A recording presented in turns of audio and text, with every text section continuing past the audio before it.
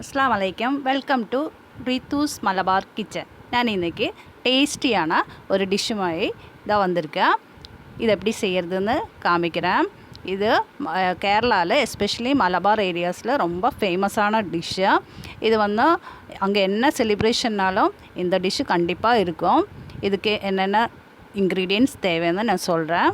இதுக்கு ஃபஸ்ட்டு ஒரு 2 கப்பு மைதா, அப்புறம் 5 எக்கு உடச்சி ஊற்றி வச்சுருக்கேன்.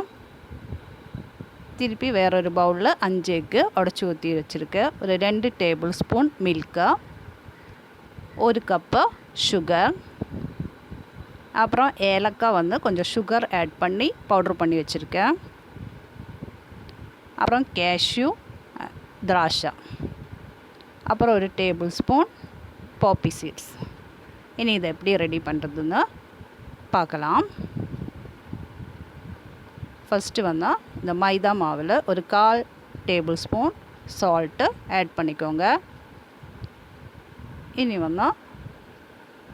இதில் தேவையான தண்ணி ஊற்றி நம்ம சப்பாத்தி மாவு எப்படி ரெடி பண்ணுமோ அதே மாதிரி நம்ம இதை பிசைஞ்சு எடுத்துக்கலாம். இப்போ அது பிசைஞ்சாச்சு. இனி இது மூடி வச்சுக்கோங்க. இனி அந்த ஃபஸ்ட்டு ஒரு பவுலில் 5 எக்கில் ஒரு 2 டேபிள் ஸ்பூன் மில்க் ஊற்றிடுங்க. இந்த மில்க்கு கோகனட் மில்க்கு இல்லை நார்மல் மில்க்கு எது வேணாலும் நீங்கள் யூஸ் பண்ணிக்கலாம்.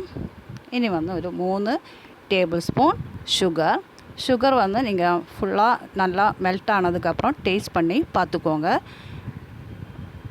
திருப்பி வேணும்னா கொஞ்சம் கூட போட்டுக்கோங்க. இனி ஒரு 1/4 டேபிள் ஸ்பூன் அந்த ஏலக்காய் பவுட்ரு, அப்புறம் ஒரு விஸ்க் வச்சு இது நல்லா மிக்ஸ் பண்ணிக்கோங்க. விஸ்க்கு இல்லைன்னா ஸ்பூன் கூட நீங்கள் யூஸ் பண்ணிக்கலாம். நல்லா அந்த சுகரெல்லாம் மெல்ட் ஆன வரைக்கும் நல்லா தான் மிக்ஸ் பண்ணிக்கோங்க. அப்புறம் அடுத்த பவுலில் அந்த 5 எக் எடுத்து வச்சுருக்கேன். அதில் இதே மாதிரி 3 டேபிள் ஸ்பூன் சுகர் ஆட் பண்ணிக்கலாம். இதில் மில்க்கு ஆட் பண்ண தேவையில்லை. அப்புறம் 1/4 டேபிள் ஸ்பூன் அந்த ஏலக்காய் பவுட்ரு, இதுவும் அதே மாதிரி நல்லா மிக்ஸ் பண்ணி வச்சுக்கலாம். அப்புறம் இந்த வெசலில் தான் நான் இந்த சட்டி பத்திரி செய்ய போகிறேன். ஸோ இந்த சைஸுக்கு தான் நம்ம அந்த மாவு ரோல் பண்ணி எடுக்கணும். இனி அந்த மாவு ரோல் பண்ணி எடுக்கிறது எப்படின்னு பார்க்கலாம். பாருங்கள், இந்த மாதிரி நம்ம பூரி சைஸுக்கு ஏற்ற மாதிரி ஓரோ பவுல்ஸும் ரெடி பண்ணிக்கோங்க. இது ஒரு 12 நம்பர்ஸ் இருக்குது பவுல்ஸு. இந்த பவுல்ஸ் இனி நமக்கு ரோல் பண்ணி எடுத்துக்கலாம். இது ரோல் பண்ணுறதுக்கும் டஸ்ட் பண்ணுறதுக்காக நான் கொஞ்சம் மைதா மாவு எடுத்து வச்சுருக்கேன். இனி இது ஓரோன்னும் அதே அந்த வெசல் சைஸுக்கு நம்ம ரோல் பண்ணி எடுக்கணும். ஸோ அது இந்த சின்ன மாவு அவ்வளோ பெரிய சைஸுக்கு ரோல் பண்ணுறதுக்கு கொஞ்சம் கஷ்டம். இது கொஞ்சம் ஈஸி மெத்தடில் எப்படி பண்ணுறதுன்னு நான் காமிக்கிறேன். அதுக்காக இது ஓரோன்னும் நம்ம பூரி சைஸுக்கு ரோல் பண்ணி எடுத்தால் போதும். எல்லாமே ரோல் பண்ணி எடுத்துகிட்டு இந்த மாதிரி அதுலேருந்து ஒரு லேயர் எடுத்து வச்சுக்கோங்க. அப்புறம் கொஞ்சம் மைதா மாவு ஜஸ்ட்டு இந்த மாதிரி டஸ்ட் பண்ணி விடுங்க. இதுக்கு மேலே கொஞ்சம் ஆயில் கொஞ்சமாக ஊற்றிட்டு இப்படி தேய்ச்சி விட்டுக்கோங்க. கொஞ்சம் வேணால் மைதா மாவை இப்படி டஸ்ட் பண்ணிக்கோங்க. திருப்பி அடுத்த லேயரை அதுக்கு மேலே வச்சுக்கோங்க. இதுவும் அதே மாதிரி ஆயில் கொஞ்சம் ஊற்றி நல்லா தேய்ச்சி விட்டுட்டு அப்புறம் மைதா மாவை இந்த மாதிரி 4 லேயர்ஸு ஓரோ செட்டில் வச்சுக்கோங்க. 4 லேயர்ஸ் வச்சா நமக்கு மொத்தம் 3 செட்டு கிடைக்கும். ஓரோ செட்டிலும் 4 லேயர் இருக்கும். இனி இது மொத்தமாக சேர்த்து நமக்கு ரோல் பண்ணி எடுத்துக்கலாம். இப்படி ரோல் பண்ணும்போது நமக்கு ஈஸியாக ரோல் பண்ண முடியும். இந்த மாதிரி அந்த சட்டி பத்திரி செய்கிறதுக்கு ஏற்ற மாதிரி அந்த பாத்திரத்துக்கு ஏற்ற சைஸில் நம்ம ரோல் பண்ணி எடுக்கணும். இது நம்ம அந்த சூடு பண்ணி எடுக்கும்போது இந்த லேயர்ஸ் எல்லாம் விட்டு விட்டு வந்துடும். பாருங்கள், நல்லா அந்த சைஸுக்கு நான் ரோல் பண்ணிட்டேன். எல்லாமே இப்போ 3 செட்டு இருக்குது. ஓரோ செட்டிலும் 4 லேயர்ஸ் இருக்குது. இனி இது நமக்கு ஒன்று சப்பாத்தி தாவாவில் வச்சு சூடு பண்ணி எடுத்துக்கலாம். சப்பாத்தி தாவா நான் இதில் வச்சுருக்கேன். இனி வந்து பாருங்கள், கொஞ்சம் லைட்டாக சூடு பண்ணால் போதும், நல்லா வேக வேண்டாம். ஒரு பக்கம் சூடானதுக்கப்புறம் நமக்கு அடுத்த பக்கம் திருப்பி போட்டுக்கலாம். இப்போ அது நல்லா ஒன்றும் அந்த ஈர்ப்பம் போன வரைக்கும் வச்சா போதும். இனி வந்து நமக்கு இந்த லேயர்ஸ் நம்ம ஸ்டவ்வில் வச்சே நமக்கு வேணால் எடுத்துக்கலாம். நீங்கள் அப்படி எடுக்க முடிஞ்சால் எடுங்க. இப்போ பாருங்கள், நான் ஒன்று எடுத்து காமிக்கிறேன். இந்த மாதிரி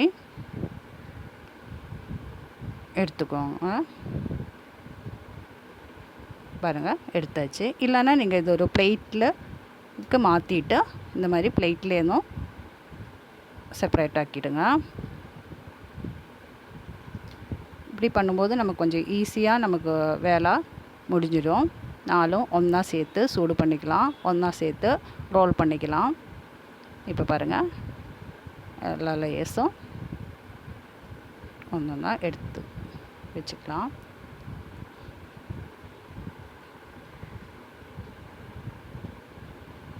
எடுத்து வச்சுட்டேன். இந்த மாதிரி 12 லேயர்ஸ் இருக்கும். இனி வந்து ஸ்டவ்வில் ஒரு பேன் வச்சுட்டு ஒரு 2 டேபிள் ஸ்பூன் ஆயில் ஊற்றிக்கோங்க. இதிலேக்கு நம்ம எடுத்து வச்சுருக்கோன்னா அந்த எக் பேட்டரை ஊற்றிக்கலாம். ஊற்றி ஒரு ஸ்பூன் வச்சு இந்த மாதிரி நல்லா மிக்ஸ் பண்ணி விடுங்க. இது வந்து அதில் வாட்டர் கண்டென்ட் எல்லாம் போய் நல்லா ட்ரை ஆகின வரைக்கும் இந்த மாதிரி பண்ணி வச்சுக்கோங்க. இப்போ பாருங்கள், இது நல்லா ட்ரை ஆகிட்டு இருக்கு. இது நல்லா ட்ரை ஆகிடுச்சு.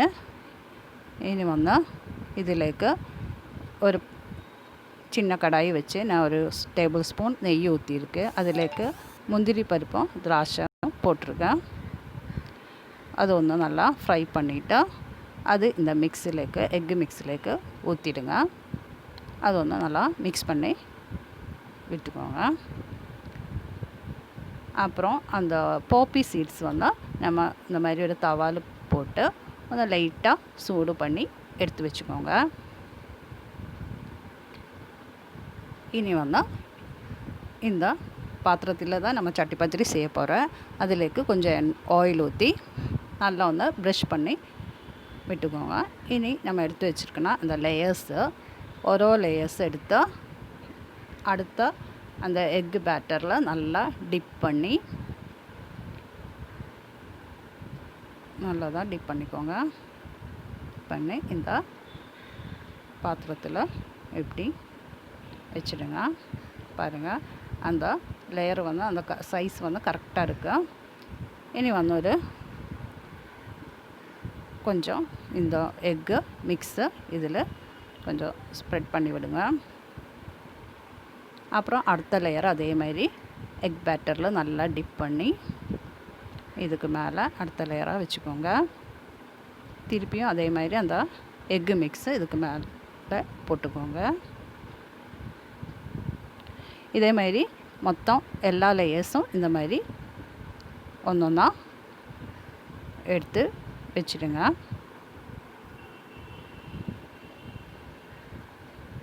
இப்போ லாஸ்ட் லேயரும் வச்சாச்சு.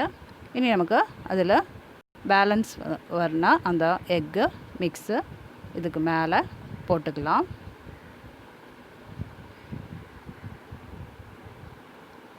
இப்போ போட்டு இப்படி ரெடி ஆயிடுச்சு. இனி அந்த எக்கு பேட்டரை பேலன்ஸ் இருக்குன்னு அதுக்கு மேலே நல்லா ஊற்றி விட்டுக்கோங்க.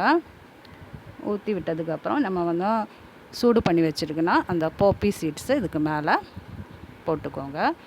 போட்டு நம்ம இது நீ ஸ்டவ்வில் வச்சு வேக வைக்கணும். அதுக்காக ஒரு தவா வச்சுருக்கேன். ஸ்டவ் சிம்மிலே வச்சுக்கோங்க. தவாக்கு மேலே இது பாத்திரம் வச்சு மூடி வச்சு ஒரு 40 மினிட்ஸு இப்படி சிம்மில் வச்சுக்கோங்க. இப்போ 40 மினிட்ஸ் ஆயிடுச்சு. நான் ஓப்பன் பண்ணி பார்க்குறேன். இது வெந்திருக்கான்னு ஒன்று நம்ம இந்த மாதிரி ஒரு இது வச்சு செக் பண்ணிக்கலாம். ஒன்றுமே வரலன்னா நம்ம அது ரெடியாக இருக்குது. இது ஒன்றும் கூட திருப்பி போட்டு ஒரு 5 மினிட்ஸ் கூட ஸ்டவ்வில் வைக்கணும். அதுக்காக நான் ஒரு பிளேட்டு வச்சு அதை எடுத்து திருப்பி அது ஒரு 5 மினிட்ஸ் வச்சாச்சு. இனி இது நமக்கு இந்த மாதிரி ஒரு பிளேட்லேக்கு மாற்றிக்கலாம். பாருங்கள், நல்ல டேஸ்டியான சட்டி பத்திரி ரெடி ஆயிடுச்சு. இனி இது நான் கட் பண்ணி காமிக்கிறேன். இது நல்லா டேஸ்டியாக இருக்கும். நீங்கள் ஒரு வாட்டியாவது செஞ்சு பாருங்கள். செஞ்சு பார்த்துட்டு நீங்கள் கமெண்ட் பண்ணுங்கள். பாருங்கள் எவ்வளோ நல்லா லேயர்ஸாக வந்திருக்கு. இந்த வீடியோ உங்களுக்கு பிடிச்சிருந்தா லைக் பண்ணுங்கள், ஷேர் பண்ணுங்கள், என்னோடய சேனலை சப்ஸ்கிரைப் பண்ணுங்கள். தேங்க்யூ ஃபார் வாட்சிங்.